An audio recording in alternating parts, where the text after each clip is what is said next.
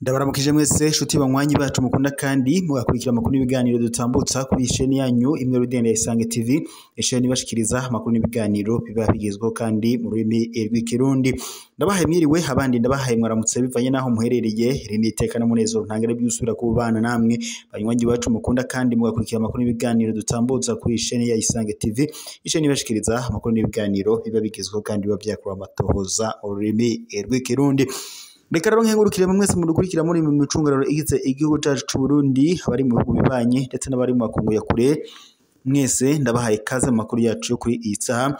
Amakuru rero araza kwibanda, araza gushimikira ku ngingo nkuru zitandukanye, aho tuza kunyarukira mu gisata ca politiki tukarabira hamwe ku biriko biravugwa angaha mu Burundi, hariko haranuganurwa umugambi wo gushaka gutembagaza ubutegetsi bwa Evaristo Ndayishimiye.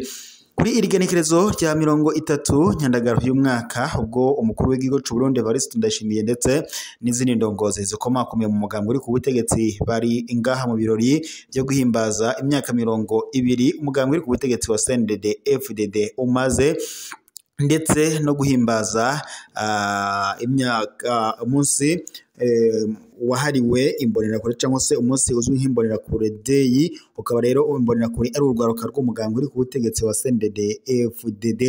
Bikaba rero ari ibirori byari byitabiriwe n'abanyacubahiro batandukanye ngaha mu mugwa mukuru wa politiki Gitega.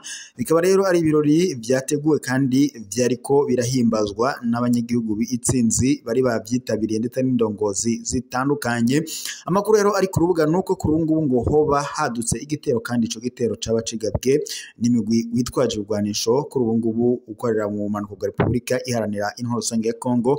Uwo mugwi nta wundi ni Red Tabara, ariko kuri ubu ngubu biriko biranuganurwa ko yoba ishigikiwe na n'uwagize uruhara muri coup d'etat mu mwaka wa 2015 Godefroid Niyombare. Kuri ubu rero ibara riraguye, ibirori biciye bihagarara bivanye n'ibiriko birabera ngaha mu mugwa mukuru wa politike Gitega. Kuri ubu rero igihugu kirashobora gufatwa mu minwe n'imigwi yitwaje ibigwanisho nk'uko Perezida Ndayishimiye yamye avyidoga. Perezida Ndayishimiye yamye avuga ko hari bamacoco bashaka gutembagaza ubutegetsi bwiwe, ariko avuga ko ngatazo kwihanganira kuri umwe wese yo hirahira kumutembagaza ku butegetsi bivanye nuko igihugu ucamuvunye. Evaristo Ndayishimiye mu ntahe yama yatanze avuga ko uzohirahira kumutembagaza wese ngo azohangana nawe kandi azoshirwa ari uko ngo amwigijeyo. Perezida Ndayishimiye avuga muri bamwe bari ku butegetsi nk'uwahoze ari umushikiranganje wa mbere w'u Burundi Gervas Ndirakobuca, hakazamo umunyamabanga mukuru w'umugambi uri ku butegetsi wa CNDD FDD, hakazamo urongoye igisirikare cy'u Burundi Prime Niyongabo ndetse n'izindi ndongozi zikomakomeye mu butegetsi bw'u Burundi. Amakuru ku rubuga rero nuko kuri ubu ngubu ibirori byabiko bibera ngaha mu mugwa mukuru wa politike Igitega, nyine nko twabibariraga ko byari ibirori byo guhimbaza umunsi wahariwe imbonerakure uzwi nk'imbonerakure day. Kuri ubu ngubu rero ibirori bikaba vyayangaye, ibintu vyasubiye kuba yangara ngaha mu mugwa mukuru wa politike Igitega. Abanyagihugu bakwiriye imishwaro bariko barirukanka mu mabarabara batabaza bivanye nuko umutekano wasubiye guhungabana. Nimuje kandi Perezida Ndayishimiye we kuri ubu ngubu uravye cane ikiriko kiramuhanga ari uko bariko arashaka kuzokwitoza mu kibanza c'umukuru w'igihugu mu matora yimirije mu mwaka wa 2027. Ariko nubwo biri gutyo, abanyagihugu bashinga intahe bashimitse bakavuga ko atanumwe azokwimera ikiringo ca kabiri c'umukuru w'igihugu Evaristo Ndayishimiye.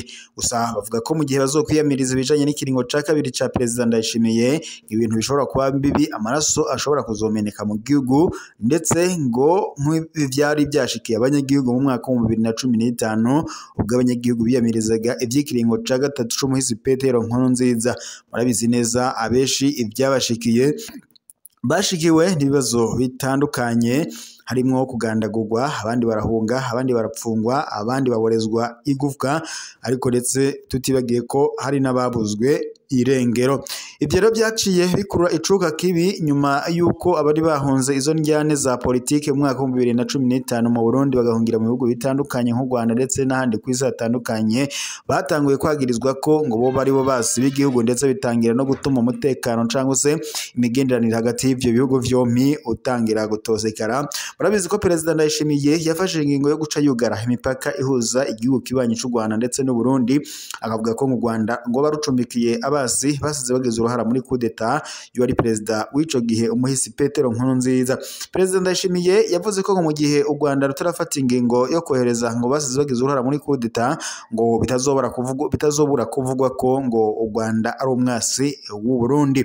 Perezida Ndayishimiye akimara akugara imipaka ihuza ivyo bihugu vyompi yatangiye koyagiriza igihugu kibanyi c'u Rwanda ngo coba gishigikiye imigwi itwaje ibigwanisho mu guhungabanya umutekano w'u Burundi harimo nka Red Tabara, nubwo yari ingingo leta y'u Rwanda idahengeshanyije guhakana yivuye inyuma ikavuga ko ataruhara ifise mu guhungabanya umutekano w'ibihugu bibanyi. Ni mu gihe kandi Perezida Ndayishimiye ubwo yaganiraga n'ibimenyesha makuru bitandukanye harimo nk'ikimenyesha makuru ca BBC gahuza imiryango ivugira irondere ndetse na France 24 mu majambo yashikirije yavuze ko ngo ata wundi mwaso Burundi bufise ari u Rwanda, ndetse yaranagabishije avuga ko mu gihe umugwi wa M23 ngo watera ufashe umugwa mukuru w'ubutunzi w'u Burundi Bujumbura winjiriye muri Uvira ngo bitazokwitwa ko ari igihugu ari umugwi wa M23 uzobikoze, ahubwo ngo bizokwagirizwa u Rwanda. Yaciye ashinga intahe avuga ko mu gihe uwo mugwi wa M23 wo ufashe umugwa mukuru w'ubutunzi Bujumbura ngo nawe azoca ashima gufata umugwa mukuru wa politike w'u Rwanda Kigali ngo baciye mu buseruko bw'u Rwanda uri Bugesera, ndetse akanavuga ko ivyo ngazobikora yishimikije ko ngo u Rwanda ariko rwama uhungabanya umutekano w'u Burundi. Ubwo yagenderaga intara y'Ikirundo yashikirije amajambo ateye ubwoba abanyagihugu bo mu ntara ya Kirundo aho yavugaga ko ngo u Rwanda ari wo mwasi Burundi bufite, ndetse yanavuze ko ngo Burundi bwama bwitegure kandi ngo abanyagihugu bakomba kwama barikanuye ngo abarundi batazokwemera kwicwa nk'impene nk'uko ngo byashikiye muri Repubulika Iharanira Intwaro Rusange ya Kongo. Iyi ngingo Perezida Ndayishimiye ndetse na Perezida wa Repubulika Iharanira Intwaro Rusange ya Kongo Antoine Félix Tshisekedi Tshilombo bose barayisangiye, kuko mu majambo bamye bashikiriza bumvikanaga bavuga ko bafise umugambi wo gushaka gutembagaza ubutegetsi bwa Perezida w'u Rwanda Paul Kagame. Ni mu gihe kandi ubwo Perezida w'u Burundi Evariste Ndayishimiye yagiye yahuraga no gwaruka muri Repubulika Iharanira Intwaro Rusange ya Kongo, yatangaje ko ngazokora ibishoboka byose agashigikira ugwaruka ngo rufise umugambi wo gutembagaza ubutegetsi bw'u Rwanda. Ni mu gihe kandi Perezida wa Kongo nawo Antoine Félix Tshisekedi Tshilombo yari yashinze ntahavuga ko ngo azosaba uburenganzira ngo Sena ngo agaca afata ingingo yo gutera igihugu kibanyi c'u Rwanda ngo kandi akabikora yibereye muri Repubulika Iharanira Intwaro Rusange ya Kongo.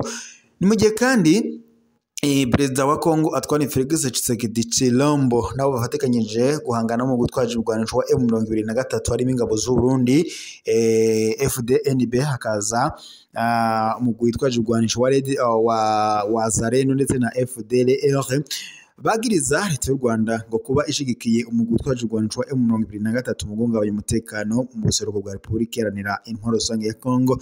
Ni mu gihe kandi leta y'u Rwanda yo idahengeshanya guhakana ivyo yagirizwa byose yivuye inyuma ikavuga ko atayihuriye n'umugwi utwaje urwanisho wa M23 mu guhungabanya umutekano mu buseruko bwa Repubulika Iharanira Intwaro Rusange ya Kongo. Gusa ku rundi ruhande leta y'u Rwanda nayo yagiriza Repubulika Iharanira Intwaro Rusange ya Kongo gufatikanya n'umugwi wa FDLR mu gushaka guhungabanya umutekano w'igihugu kibanyi c'u Rwanda, ndetse nk'uko na raporo mpuzamakungu ya ONU yishirahamwe mpuzamakungu rya ONU ibandanya ibigaragaza. Naho umugambwe SNDD-FDD wahimbaje kuri uyu wa gatandatu igenekerezo rya 30 Nyandagaro uyu mwaka isabukuru y'imyaka 20 uwo mugambwe umaze uri ku butegetsi, hamwe ndetse n'umunsi wahariwe urwaruka rw'uwo mugambwe uzwi nk'imbonerakure Day. Ivyo birori bikaba rero byatangujwe na defile ndende y'urwaruka rw'imbonerakure 2400 n'ibiswi vy'inkona 3400 bavuye mu ntara zose zigize igihugu cacu c'u Burundi aho batambuka berekana ivyo bimbuye mu makoperative yabo.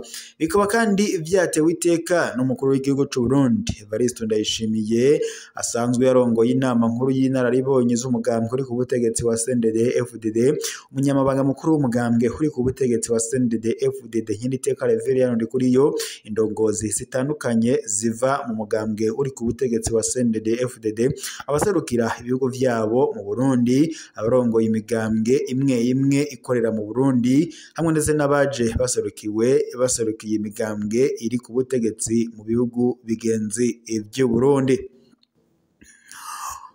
Faustin Ndikumana arongoye Parseme avuga ko abari ku butegetsi ngo bakwiye kumenya ko igihugu atawe cavunye usumba uyundi, ngo bose carabakomerekeje. Ivyo biri mu vyashikirijwe na Faustin Ndikumana arongoye ishirahamwe Parseme mu kiganiro yagiranye n'abamenyesha makuru kuri uyu wa 28 Nyandagaro y'umwaka, aho yariko ashikiriza umwihebwezo kubijanye n'amasezerano y'Arusha no ku myaka 20 iheze umugambwe CNDD-FDD uri ku butegetsi. Faustin Ndikumana akaba yibukije ko bimwe mu vyatumye hasinywa ayo masezerano kwigenekerezo rya 20 Nyandagaro umwaka wa 2000 ayo masezerano y'Arusha harimwo ukugwanya ukumira kutubahiriza agateka kazina muntu, kugwanya intwaro y'igikenye, kugwanya ukwigungira ko ubutunzi bw'u Burundi. Bimwe mu byari bigize ayo masezerano nk'uko Faustin Ndikumana yabandanije abimenyesha ngo yari gusangira ubutegetsi, umutekano kuri bose, kugarukana intwaro rusange, hakabaho ndetse amatora aciye mu muco, ugusubiza hamwe kw'abarundi bose, ndetse ngo hakabaho umunsi wo kwikukira abarundi bahitanywe n'intambara. Faustin Ndikumana arongoye ishirahamwe Parseme. Faustin Ndikumana arongoye ishirahamwe rya Parseme yavuze ko ubu ngo kwa gusangira ubutegetsi ngo biriko birisubirira inyuma, amatora ngo vyasubiye kwanka ukwigarurira ubutunzi bw'igihugu, ubuho ngo vyemangwa ku mugaragaro. Ivyo rero ngo bisubiza ubutunzi bw'igihugu, busubiza inyuma ubutunzi bw'igihugu. Kuva rero mu mwaka wa 1993 gushika mu mwaka wa 2005 urugero rw'ubukene ngo rwashika ku bice 67%. Naho ngo tugeze mu mwaka wa 2025 urugero rw'ubukene mu Burundi rukaba rugeze ku bice hafi 75%. Faustin Ndikumana urongoye ishirahamwe Parseme yasozereye asaba abarongoye igihugu kugaruka kwibuka ivyemejwe mu masezerano y'Arusha, bagahagarika guhenda urwaruka, ndetse bakibuka ko igihugu atawe cavunye usumba uyundi, kuko abarundi bose caba aruhishije. Nivyo Faustin Ndikumana aramutswa ishirahamwe Parseme atomora. Ibi kandi biruko mu gihe mu Burundi dufise ibibazo bitandukanye bihanze Burundi, harimo nk'ikena ry'igitoro, aho igitoro camaze kuba umuzi w'ibuye, inzara idahera mu Burundi, iduga ry'ibiciro ribandanya kwiyongera, kuyunguruza byamaze kuba ibibazo ntangere mu Burundi.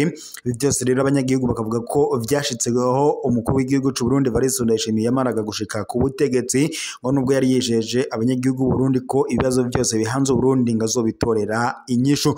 Ico Perezida Ndayishimiye yakoze ngo nukwigwiza ko ubutunzi, agafata itunga ry'igihugu cose ngo akaryigwiza ko we n'umutambukanyi wiwe Angeline Ndayishimiye adomwa ko urutoki ngo ari we akoresha amahera menshi mu butegetsi bw'u Burundi mu batambukanyi bose batambukanyi b'abakuru b'ibihugu barongoye u Burundi, aho Angeline Ndayishimiye ngo agura ibikoresho bizimvye nk'impuzu ndetse n'ibindi bikoresho bitandukanye. Twumvishe kandi amahera Evariste Ndayishimiye akoresha mu gusuma ku munsi, amahera ashika ku miliyoni 2 ku munsi. Abanyagihugu bakavuga ko aya mahera ari menshi cyane, ngo yakagombye kuba ariko arakoreshwa mu iterambere ry'igihugu, ngo kugira ngo Uburundi buzashike kuri yambona kazoza bwihaye 2040, Uburundi buteye imbere mu mwaka wa 2060. abahinga mu vya politiki na cane cane ngaha mu karere k'ibiyaga binini bagaruka ku vyo Evariste Ndayishimiye akorera mu butegetsi bwe ndetse n'uburyo yamashikiriza amajambo atwengeje akagaragaza ko Burundi ngo atakibazo na kimwe kibuhanze mu gihe abanyagihugu bobo bamaze kuba baragowe cane. Abanyahinga mu vya politiki rero mu karere k'ibiyaga binini bakavuga ko Ndayishimiye ngo ari uruyeri rwo gushaka kubandanya anyegeza itunga ry'igihugu, ariko Faustin Ndikumana akaba yitomora neza avuga ko abarundi bose igihugu cabavunye gutyo bagomba kugisangira atanomwe avuyemwo. Ngaho rero reka mbashimire mwese mwari kumwe natwe mu makuru twari ko turashikiriza y'aka kanya twe dusozere ngaha amakuru yacu yo nagasaga. Erike we bamuze